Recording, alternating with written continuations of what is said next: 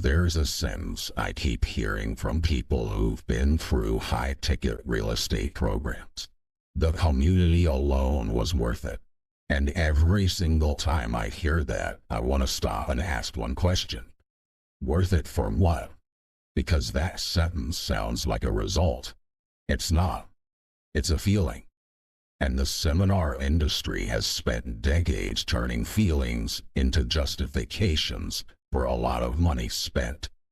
Today, I want to break down exactly how that happens. Not because community is worthless, but because the gap between what community feels like and what it actually produces can be the most expensive gap in your entire business. Let me start with something real. A lot of people who enter the real estate education space are genuinely isolated. They don't know anyone doing deals. Their spouse thinks they're chasing something that won't work. Their friends think real estate investing is either way out of reach or way too risky. Their coworkers think they've lost it, so they show up to a seminar or they join a program, and for the first time, there are people speaking the same language. People who understand the vision, people posting wins, people asking questions, people showing up. And the relief that comes with that, it's real. There's a real human experience. But here's the problem. That relief doesn't care whether the program was good or not. Belonging feels the same whether you're in the right room or the wrong room. And in the seminar business, that's not an accident. That's a design. The first way communities get overvalued is the simplest one. Belonging solves the emotional problem immediately. That's the speed that matters here. You've been feeling alone, misunderstood, behind, and then you join a group, and within 48 hours, that pain is gone. People get it. People are excited. People are posting. You feel like you finally found your tribe. Now, here's what the seminar business knows that you don't know yet. When a problem gets solved that fast, the buyer starts assigning enormous value to whatever solved it. You paid 10 grand, 20 grand, 50 grand for the program. The program made you feel like you belong. So in your brain, belonging is worth that high price ticket. But the belonging didn't teach you how to analyze a deal. The belonging didn't improve your negotiation skills. The belonging didn't give you a repeatable process. It solved an emotional problem. And emotional relief isn't the same thing as business traction. That gap is where the real cost starts. The second thing that makes communities feel more valuable than they are is that activity looks like evidence. Now, this one is sneaky. You open the group, and there are posts, there's wins, questions, accountability threads, who's taking action this week. Deals are closing, screenshots. People are celebrating. The rule feels alive. And when something feels alive, it feels like it's working. But a live group isn't automatically a valuable group. There's a massive difference between a group that has energy and a group that produces better investors. A group can have hundreds of posts a week and still be full of people who are confused, spinning their wheels, waiting for clarity that never comes. Because noise isn't insight. Motion isn't progress. The question that actually matters isn't, is this community active? The question is this community making me sharper? Those are two completely different things. A chatty group can still leave everyone confused. A supportive group can still be strategically weak. A motivational group can still produce zero repeatable skills. Activity is the easiest thing to manufacture.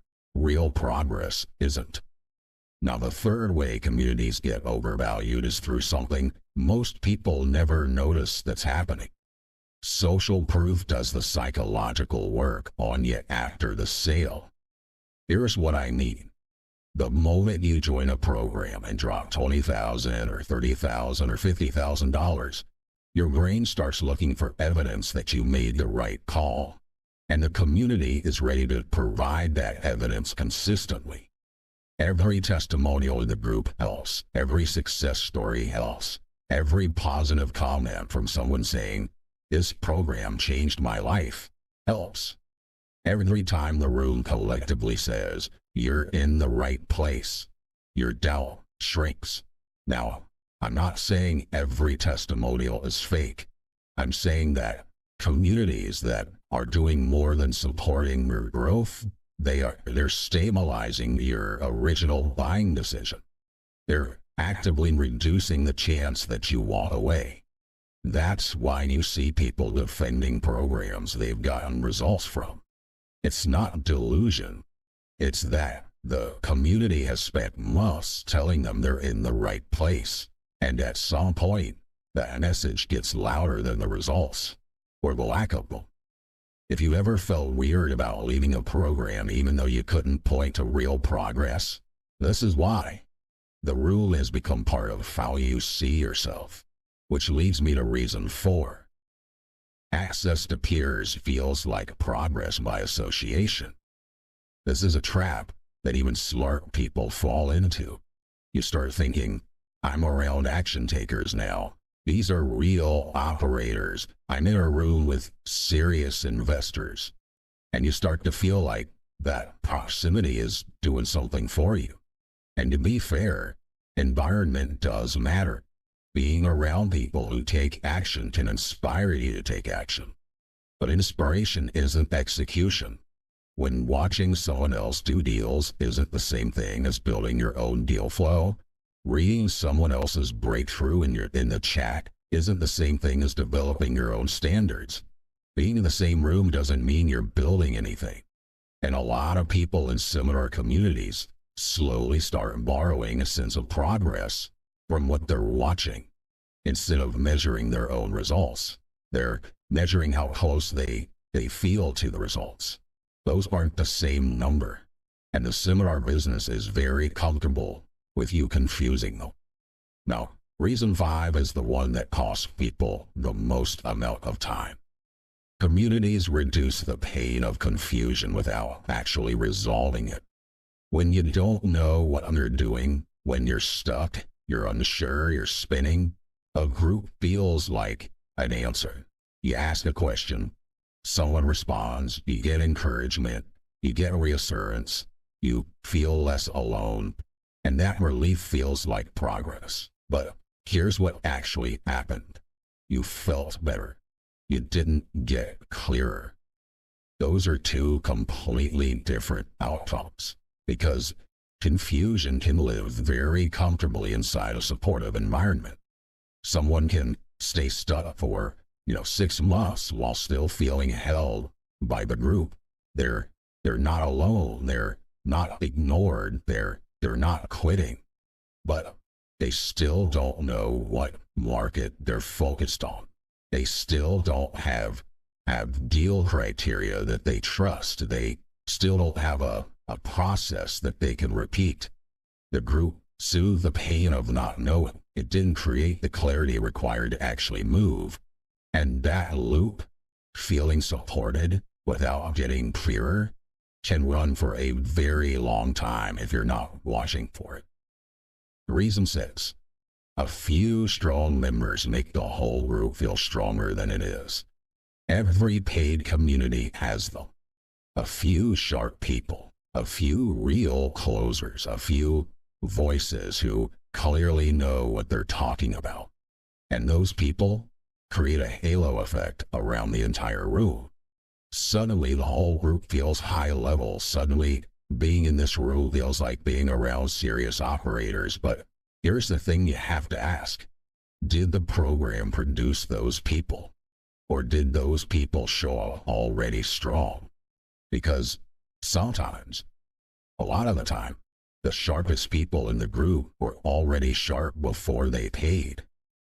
They would have done well almost anywhere. The program didn't build them, it just captured them. And the seminar business puts them on stage, puts them in the group, features them in marketing. Not because they're typical results, but because they're compelling results. When you evaluate a community, you have to ask, what does the average member look like after a year? Not the top 5%. Now, reason 7 is why people stay too long. Because leaving feels like losing identity. This is the quietest trap and also the most powerful one. After someone has been in a community for a while, it stops being a service they're using. It starts being part of who they are. These are my people. This is my network. This is where I belong. These are real investors. And the moment that shift happens, the question stops being, is this still helping me? The question becomes, who am I if I leave? That's a different kind of decision entirely. Because now, leaving isn't just canceling a membership. Leaving feels like losing people, losing momentum, losing the version of yourself you were working toward. And that emotional weight can keep people paying for communities long after the strategic value is flattened. Not because the community is a scam, because belonging is one of the most powerful forces in human psychology, and the seminar business knows exactly how to use it. So here's what separates a community that actually helps from one that just feels valuable. You have to run your own filter. Separate emotional value from operational value. Emotional value sounds like, I feel supported, I feel seen, I feel motivated, I feel like I'm around the right people. Operational value sounds like, I'm making better decisions, I'm getting clearer on what I'm doing and why. My process is improving. I'm getting feedback that actually changes what I do next. If your community is delivering emotional value without operational value, what you're really paying for isn't education. You're paying for maintenance, emotional maintenance. That's a real service, but it's not what you were sold. And it's not what you need to build a real business. A good community shouldn't just make you feel more encouraged. It should make you feel more capable, more precise, more dangerous in the actual business. If it's not doing that, you have to be honest about what it is. So the next time someone tells you the community alone was worth it, I want you to pause. Not to be cynical, not to dismiss them, just to ask the one question they probably haven't asked themselves. Worth it for what? For feeling supported? For feeling connected? For feeling less alone? Those things matter, but they aren't the same as building real judgment, real process, and real results. In the seminar business, community is just one of the primary ways programs justify their price tag. It's not enough to ask whether the community is good. You have to ask whether the community is producing the outcome you paid for. Sometimes the answer is yes. A lot of the time, it's not. And knowing the difference before you spend the money or before you keep spending the money is exactly the kind of thinking this channel is built to sharpen. If you want to understand the other side of this, how seminar programs use success stories to manufacture belief before you ever buy, watch the video on the screen right here. Why success stories fool you. Because once you understand how proof gets engineered, communities start making a lot more sense. If you want a practical tool for spotting these tactics before they cost you, download the free Seminar Survival Guide in the description. Then, if you're ready to go deeper, to actually understand how real deals work, how to evaluate education honestly, and what separates real depth from really good theater, check out the vault below. Everything in there is built for people who are done paying for belonging and ready to start building something real.